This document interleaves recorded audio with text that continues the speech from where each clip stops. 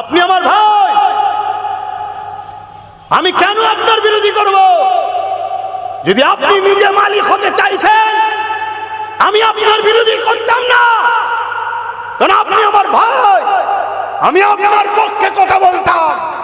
কিন্তু আপনি নিজে মালিক না হয়ে আপনি কারো পা চাটতে ব্যস্ত হয়েছেন।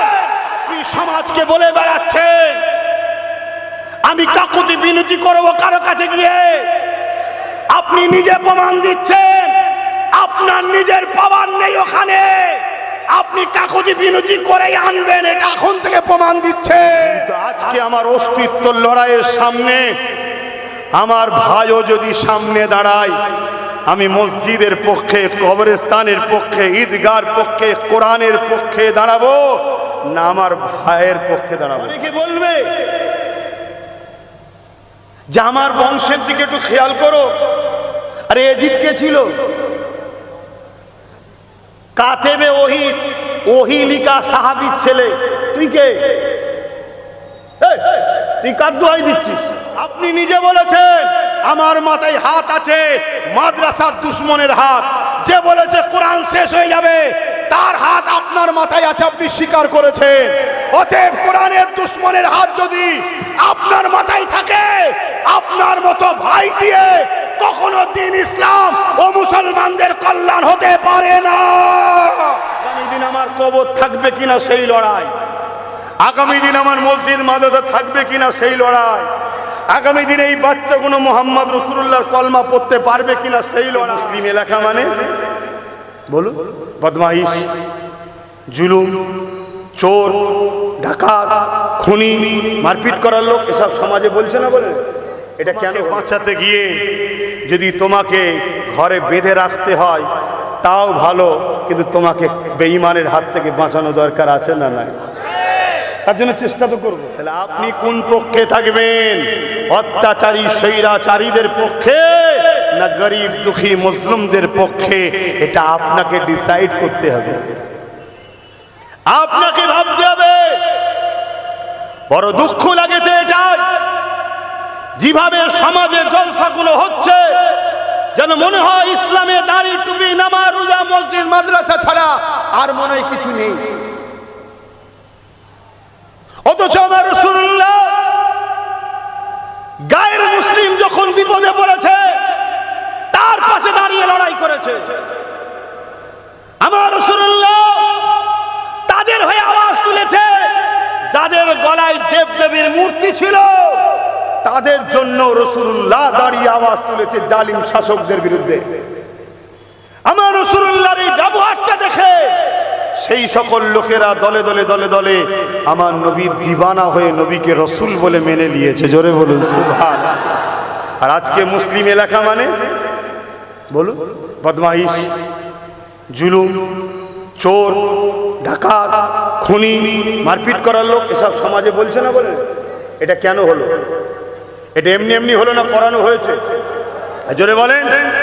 কখনো এ দলের হয়ে লড়াই, কখনো ও দলের হয়ে লড়াই, কখনো এ দলের হয়ে লড়াই। তারা আমাদেরকে শুধু ব্যবহার করেছে আর আমাদের কপালে শুধু একটা করে দাগ লাগিয়েছে। মুসলিম এলাকা, মুসলমান মানে মারপিট করে, মুসলমান মানে লোটে, মুসলমান এলাকা মানে জুলুম হয়, মুসলমান এলাকা মানে শিক্ষা নেই, মুসলমান এলাকার রাস্তাঘাট ঠিক নেই, মুসলমানরা নোংরা, ওরা সন্ত্রাস, এসব বেরোচ্ছে না? বেরোয়নি? এটা বহু দিন ধরে এই চক্রান্ত চলে আসছে। এই চক্রান্ত থেকে বাঁচতে গেলে আপনাকে নিজেকে মালিক হতে হবে, কারো হয়ে কর্মচারী হয়ে লড়াই করলে হবে না। নিজেকে মালিক হতে হবে। আপনি আমার ভাই, আমি কেন আপনার বিরোধী করব?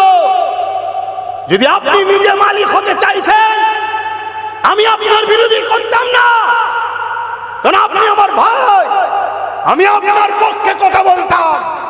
কিন্তু আপনি নিজে মালিক না হয়ে আপনি কারো পা চাটতে ব্যস্ত হয়েছে। তাই দিনের স্বার্থে আপনার বিরুদ্ধে আমাকে কথা বলতে হবে, নাই কিয়ামতের দিনে রাসূলুল্লাহ শাফাআত করবেন আমার। আপনার গলায় বেল আছে কারো, আপনি কারো হয়ে ভক ভক করছেন, আপনি সমাজকে বলে বেড়াচ্ছেন আমি কাকুতি বিনতি করবো কারো কাছে গিয়ে? আপনি নিজে প্রমাণ দিচ্ছেন আপনার নিজের পাওয়ার নেই ওখানে, আপনি কাকুতি বিনতি করেই আনবেন, এটা এখন থেকে প্রমাণ দিচ্ছে। তাই আমি বুঝতে পেরে গেছি, আপনি যদি নিজে স্বতন্ত্র, নিজের ক্ষমতা, নিজের পায়ে দাঁড়াতেন, কেউ যদি আপনাকে টিউনিং করার না থাকতো, কারো হাত আপনার মাথায় যদি না থাকতো, আপনি নিজে বলেছেন আমার মাথায় হাত আছে, মাদ্রাসার দুশ্মনের হাত।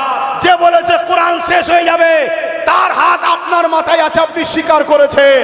অতএব কোরআনের দুশ্মনের হাত যদি আপনার মাথায় থাকে, আপনার মতো ভাই দিয়ে কখনো দ্বীন ইসলাম ও মুসলমানদের কল্যাণ হতে পারে না। কথা কি আমার ভুল বুঝছেন আপনারা? এখন অস্তিত্বের লড়াই, আগামী দিন আমার কবর থাকবে কিনা সেই লড়াই, আগামী দিন আমার মসজিদ মাদ্রাসা থাকবে কিনা সেই লড়াই, আগামী দিন এই বাচ্চাগুলো মোহাম্মদ রাসূলুল্লাহর কলমা পড়তে পারবে কিনা সেই লড়াই, আগামী দিন আমাদের ঘরের বেটিগুলো সতীতা বাঁচাতে পারবে কিনা সেই লড়াই, আগামী দিন আমাদের ঘরের মেয়েগুলো নেকাব বোরখা পরে বাইরে বেরোতে পারবে কিনা সেই লড়াই। পাশাপাশি রুজি রুটির তো লড়াই আছেই আছে, কিন্তু আমি যতটুকু জানি ৭৯ বছর দেশ স্বাধীন হয়েছে, আমরা খেটেই খাচ্ছি, তাই তো নাকি? কিন্তু আজকে আমার অস্তিত্ব লড়াইয়ের সামনে আমার ভাইও যদি সামনে দাঁড়ায়, আমি মসজিদের পক্ষে, কবরস্থানের পক্ষে, ঈদগার পক্ষে, কোরআনের পক্ষে দাঁড়াবো না আমার ভাইয়ের পক্ষে দাঁড়াবো?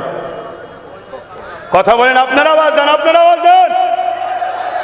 আমার কাছে কোরআন আগে না আমার বাপ মাগে? আমার কাছে কোরআন আগে না আমার ভাই আগে?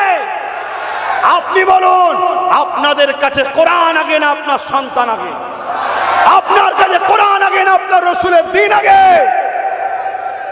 যদি কোরআন আগে হয় তবেই তো আপনি ইমানদার। কেন রাসূল বলেছে, লা ইউমিনু আহাদুকুম হাত্তা কুনা হাব্বা ইলাইহি মিন ওয়ালিদিহি ওয়া আলাদিহি ওয়ান নাস আজমাইন। ততক্ষণ পর্যন্ত তোমরা ইমানদার হতে পারবে না যতক্ষণ পর্যন্ত তোমাদের ধন দৌলত, টাকা পয়সা, জমি জায়গা, ঘর বাড়ি, বাপ মা, এমনকি জানের থেকে আমি রাসূলুল্লাহকে বেশি না ভালোবাসতে পারবে, ততক্ষণ তোমরা ইমানদার নয়।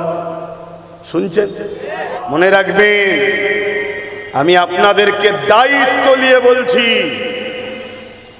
কারবালার মাঠের আর একটা অপশন আপনাকে একটু শোনাই, তাহলে বুঝতে আরো সুবিধা হবে। কারবালা ইমাম হোসাইন পাক বলেছিলেন যে আমি গদির জন্য এজিদের বিরোধী করিনি। আজ হোসাইনের গোলাম আব্বাস সিদ্দিকীও বলছে, আমি কোনো নেতা কেতা মন্ত্রী গদির লোভে কিন্তু আমি জালিমদের বিরোধী করিনি। আমি জালিমদের বিরোধী করছি এ কারণে, আল্লাহ তাদের বিরুদ্ধে, ইসলাম তাদের বিরুদ্ধে। শুনছেন তো নাকি?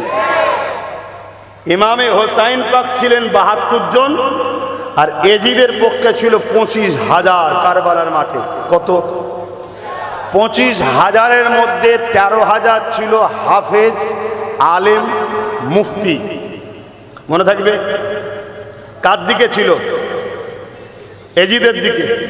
তাহলে মুফতি থাকলে যে হক, হাফেজ থাকলেই যে হক, হুজুর থাকলেই যে হক, মৌলানা থাকলেই যে হক, তাহলে এজিদ কি হক ছিল?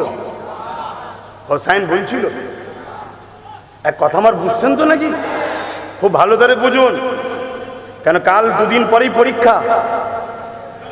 এখন যদি ভুল বোঝেন তাহলে তো ফেলে যাবে। অনেকে বলবে যে আমার বংশের দিকে একটু খেয়াল করো। আরে এজিদ কে ছিল? কাতেবে ওহী, ওহী লিখা সাহাবীর ছেলে। তুই কে? তুই কার দোহাই দিচ্ছিস? শুনছেন না শোনেন? হ্যাঁ আমার ছেলে, তোমরা আমার ভাই। তোমাদের মধ্যে অনেক ভুল আছে। দাঁড়িয়ে যাচ্ছ ভুল, মাথায় টুই পরো না ভুল, নামাজ কাজা করছো ভুল, রোজা কাজা করে ফেলছো ভুল, গান শুনছো ভুল, ফাংশন গেছো ভুল, সিনেমা দেখেছো ভুল, আরো ইত্যাদি ইত্যাদি পাপ করেছো ভুল। কিন্তু তোমরা দ্বীনের দুশমন নয়, তোমাদের এই ভুল কাল আল্লাহ চাইলে মাফ হবে। এই যে মুরব্বীরা বসে আছে, একটা সময় তোমাদের বয়সে একটু ভুল হয়েছে না হয়নি? এখন হয়? এখন আল্লাহ করে নামাজি, দাড়িওয়ালা, টুপিওয়ালা, হাজি হয়ে আল্লাহওয়ালা হয়েছে। তা আজ তোমার হালকা বয়সে ভুল হচ্ছে, কালকে পরিবর্তনের জায়গা আছে। কিন্তু তুমি যদি মাদ্রাসা ভাঙার দুশ্মন হও, তুমি যদি মসজিদের দুশ্মন হও, তুমি যদি কোরআনের দুশ্মন হও, তোমার বাঁচার রাস্তার আছে। হ্যাঁ, আর আমি যদি সত্যি তোমাকে ভালোবাসি, আমি তোমাকে তো রুকার আপ্রাণ চেষ্টা করব। কমসে কম তোমাকে বাঁচাতে গিয়ে যদি তোমাকে ঘরে বেঁধে রাখতে হয় তাও ভালো, কিন্তু তোমাকে বেঈমানের হাত থেকে বাঁচানো দরকার আছে না নাই? তার জন্য চেষ্টা তো করব। আল্লাহ তোমায় হেদায়েত দিক, আল্লাহ আমাকেও আমাদেরকে হেদায়েত দিক। বলুন আল্লাহুম্মা আমিন। আমার কথায় কেউ কষ্ট বেজার হচ্ছে? আপনারা কি ভাবছেন ভাই ভাই ঝগড়া? এই বলুন, নবীর চাচা, নবীর পরিবার আরেকটা গিয়েছিলেন হযরত আবু বকর সিদ্দিক, আর তিনার ছেলে বদরের ময়দানে, ছেলে ছিল আবু জেহেলের দিকে, আবু বকর সিদ্দিক নবীর দিকে। লড়াই হয়ে যাওয়ার পর একদিন ছেলে এসে বাপকে বলছে, আব্বা আমি কিন্তু আপনাকে অনেকবার সুযোগ পেয়েছিলাম, কিছু বলিনি।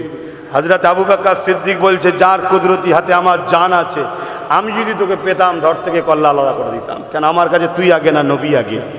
পরবর্তীতে ওই ছেলে হিদায়েত হয়ে ইমানের কলেমা পড়েছে। জোরে বলুন সুবহানাল্লাহ।